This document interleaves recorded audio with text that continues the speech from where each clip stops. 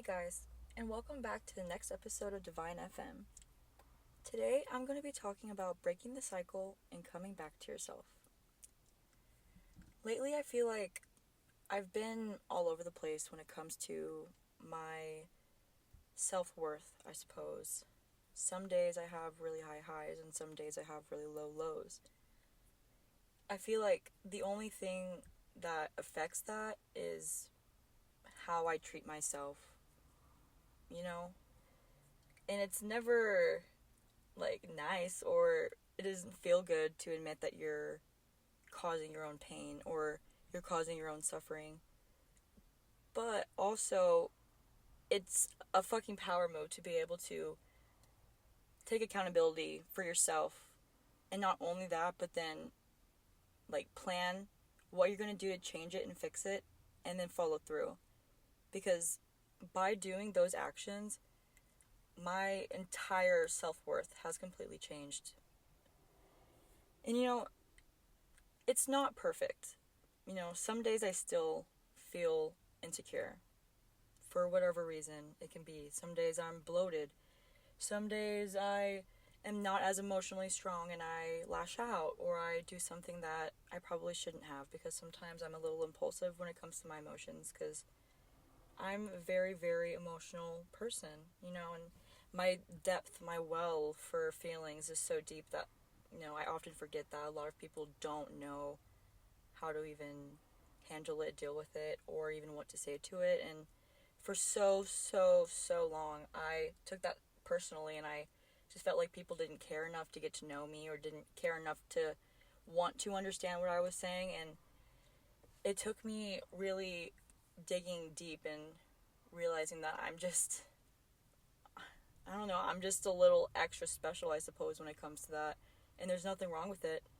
I've learned to make that my superpower by not letting it drag me back, not letting it, hold me down when it comes to my goals and dreams. Because before, whenever I, 3-4 years ago, whenever I started my business, my candle and jewelry business, Darcy Treasures, I had also had the idea to start my podcast at the same exact time.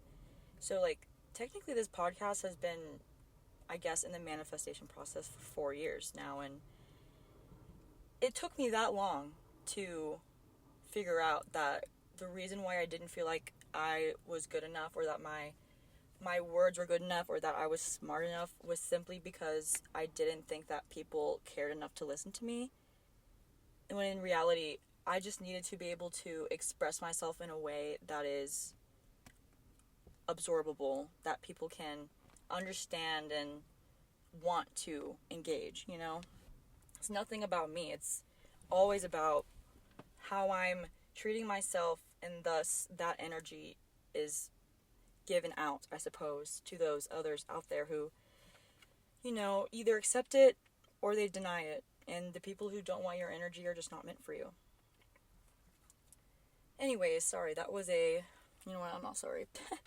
That was a pretty long tangent, but I have a few talking points that I was brainstorming of how I really was able to come back to myself after a about 2-year long period of completely losing myself and just being in a constant cycle of being in depressed episodes and seeking outside validation and materialistic things and anything outside of me that could give me a sense of worth and a sense of self-love, because I just wasn't in the right environment.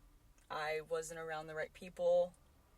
And you know what? That's no one's fault except my own, because those people who were around me, I attracted those people. I attracted that energy because that was the energy that I was giving off.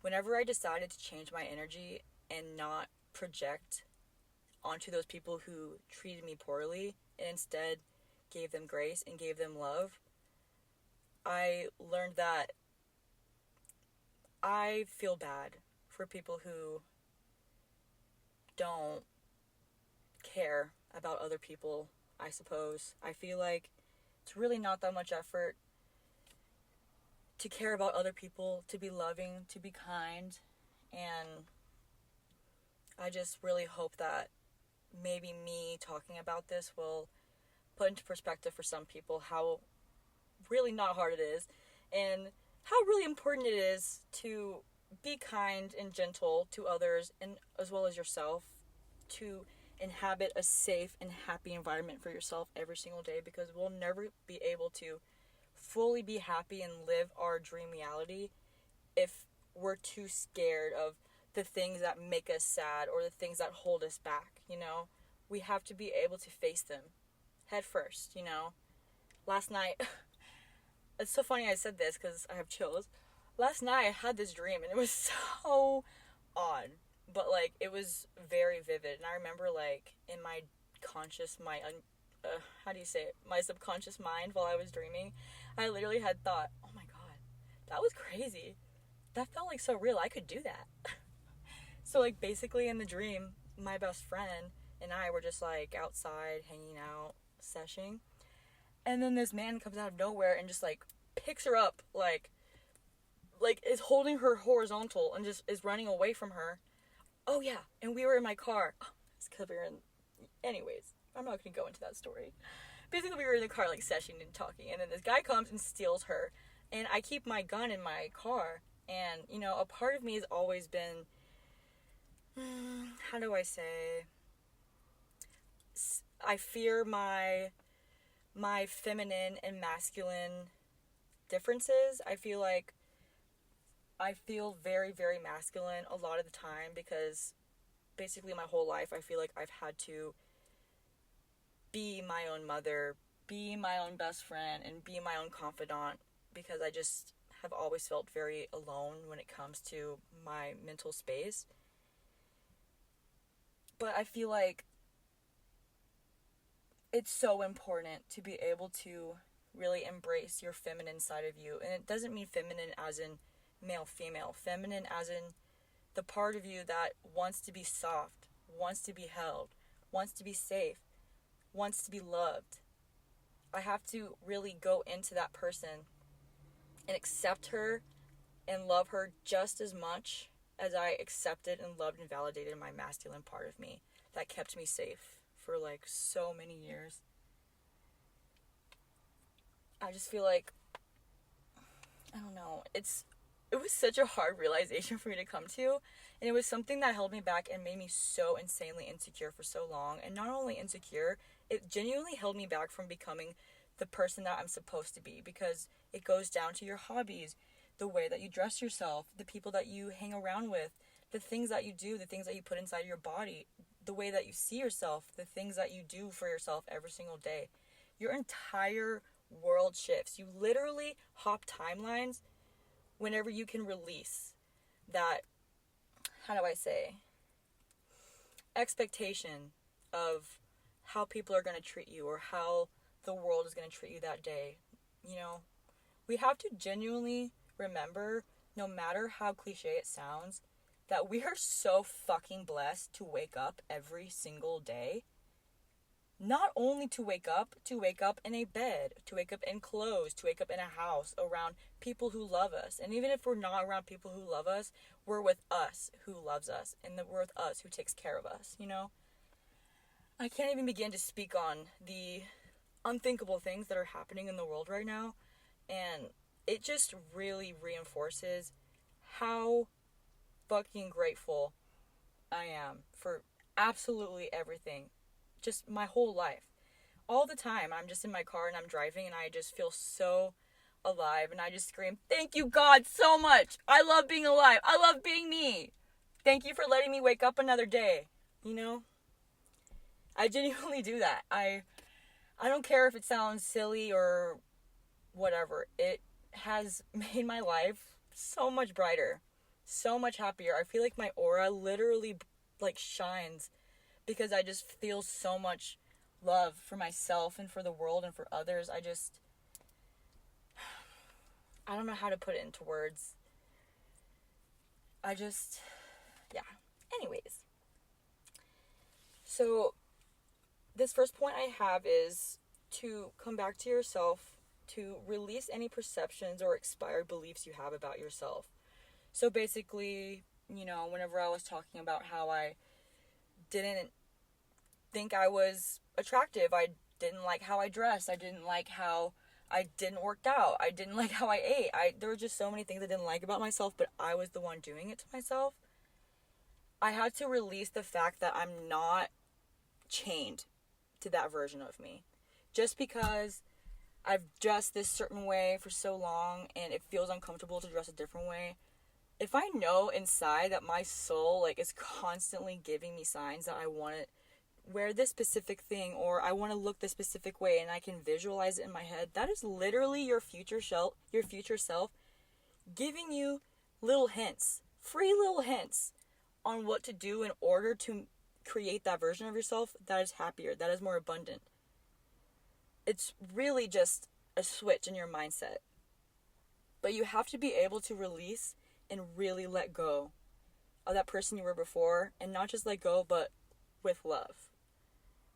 I literally hated myself for so long.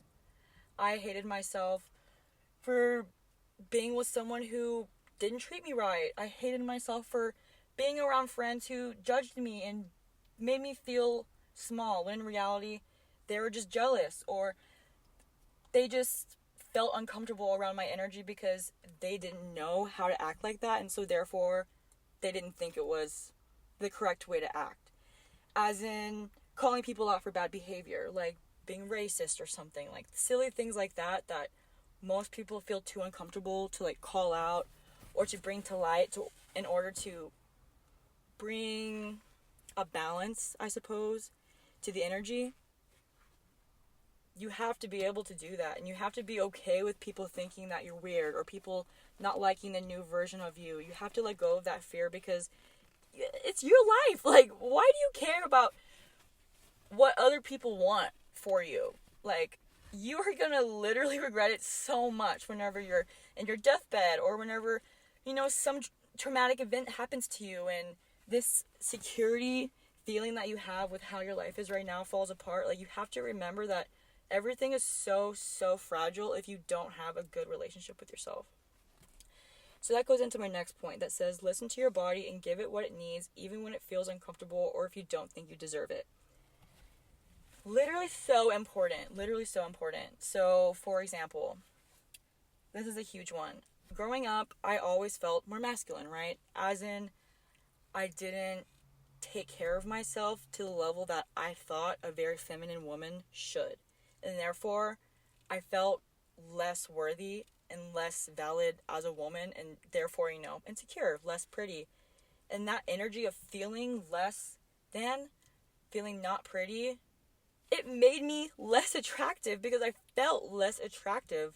Like, how you feel about yourself radiates out, And it's not just energy working. It's if you hate yourself, you don't brush your teeth. You don't put an effort to your appearance. You don't put the right things into your body. You don't work out. You don't get enough sleep.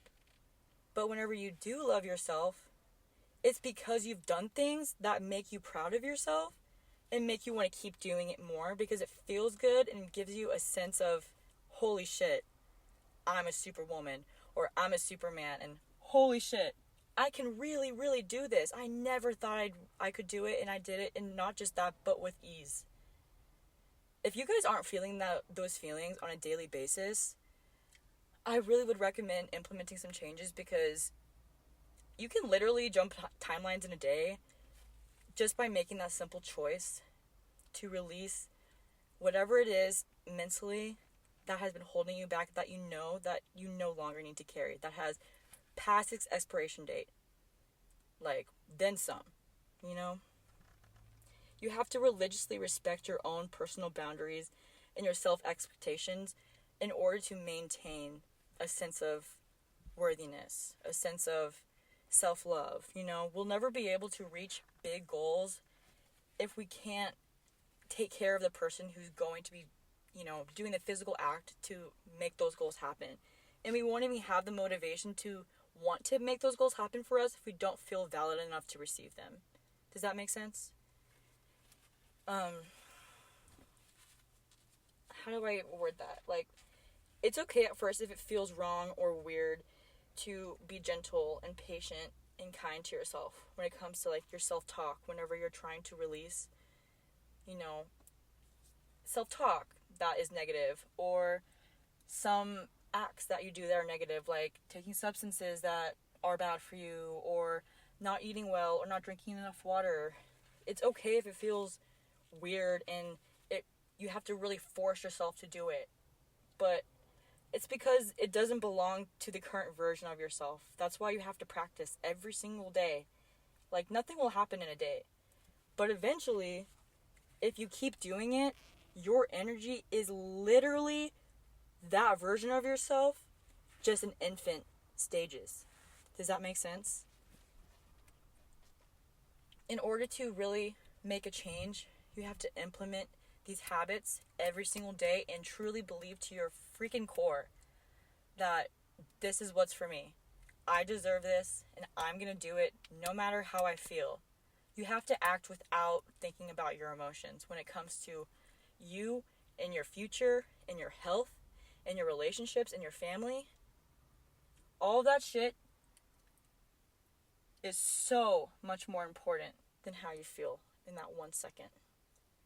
And I know, trust me, I probably know better than most how fucking hard it is to look past your emotions, especially when you're feeling very, very intense ones and they feel unfair emotions, or very angry, or very, very depressed and devastated emotions.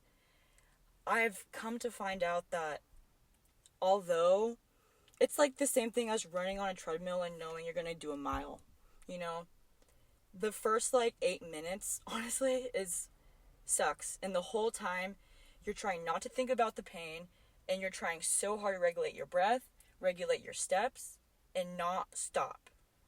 That is exactly what you have to do whenever you're nurturing your mind. You need to stay as physically present as you can in every single moment, and remind yourself of every luxury and every convenience you have and are blessed enough to usually take for granted. If you can inhabit a sense of gratefulness, humbleness, and just exceptional, unconditional love for yourself in your life, everything else is going to absorb that same exact energy. You literally will not even be able to visualize or understand exactly how things are going to play out if you do these things. But as long as you can feel in your soul and your gut that these actions are meant for you, you just have to trust the universe that it's going to be even better than you expected, and then some. Because the universe doesn't play. God doesn't fucking play. It loves without exceptions. And that's exactly what we need to do. Sorry, I feel like I'm talking really intensely. I just feel really passionate about this. I feel like I could write a book or something about just so much of the trauma that has happened to me that I really don't feel the need to go into, because it's not even relevant when it comes to me now. It is, but it isn't. It has shaped me in so many ways, and it has taken years and years for me to go through every single individual event and feeling and process it, deal with it, let myself feel the emotion, and either grieve or just release, and just let the time do all the work for you.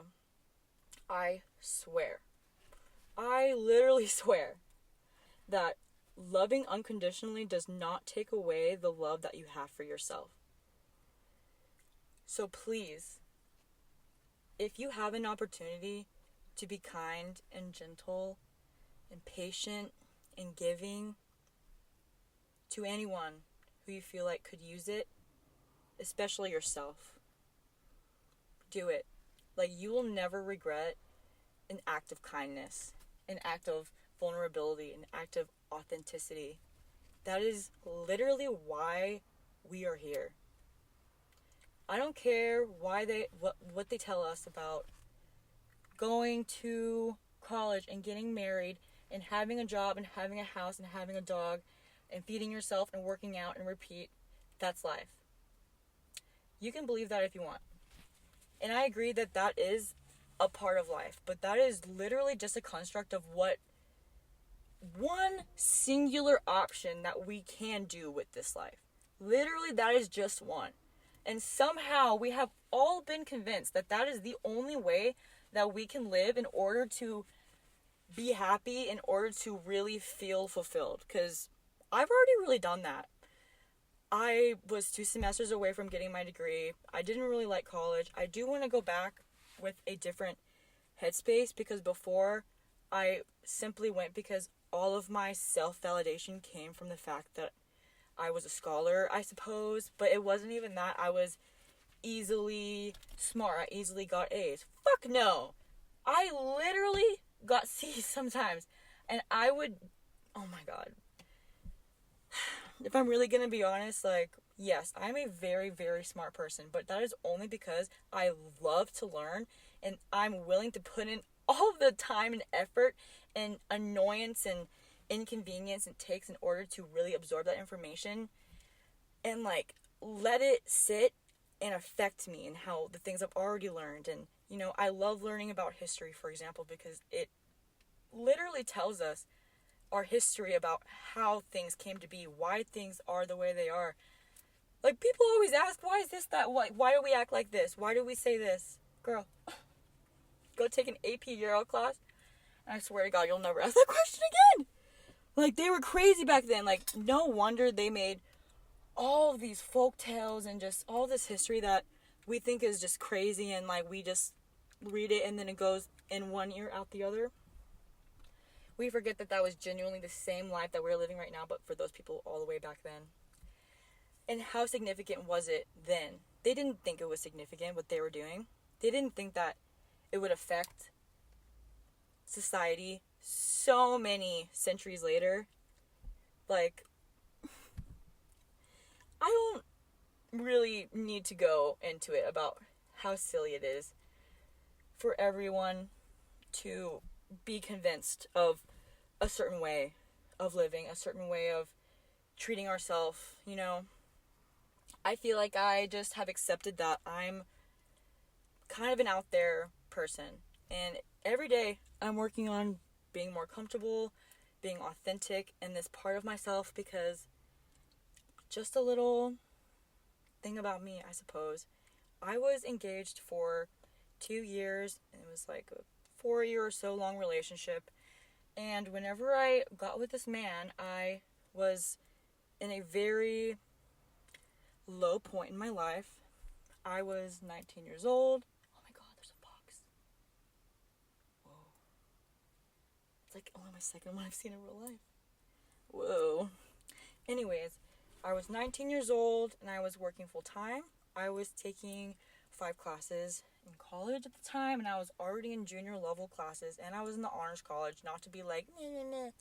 It wasn't fun. I don't wish that shit upon anyone. I only did that because I was blessed enough to get an academic scholarship, and I had to take 5 classes, and I had to maintain a certain GPA, and guess what? That didn't work out for me. I was 2 semesters away from finishing at 20 years old, and I got dropped. And then I totaled my car right after that, and I had to move back home. And guess what? I had to restart my life right then and there.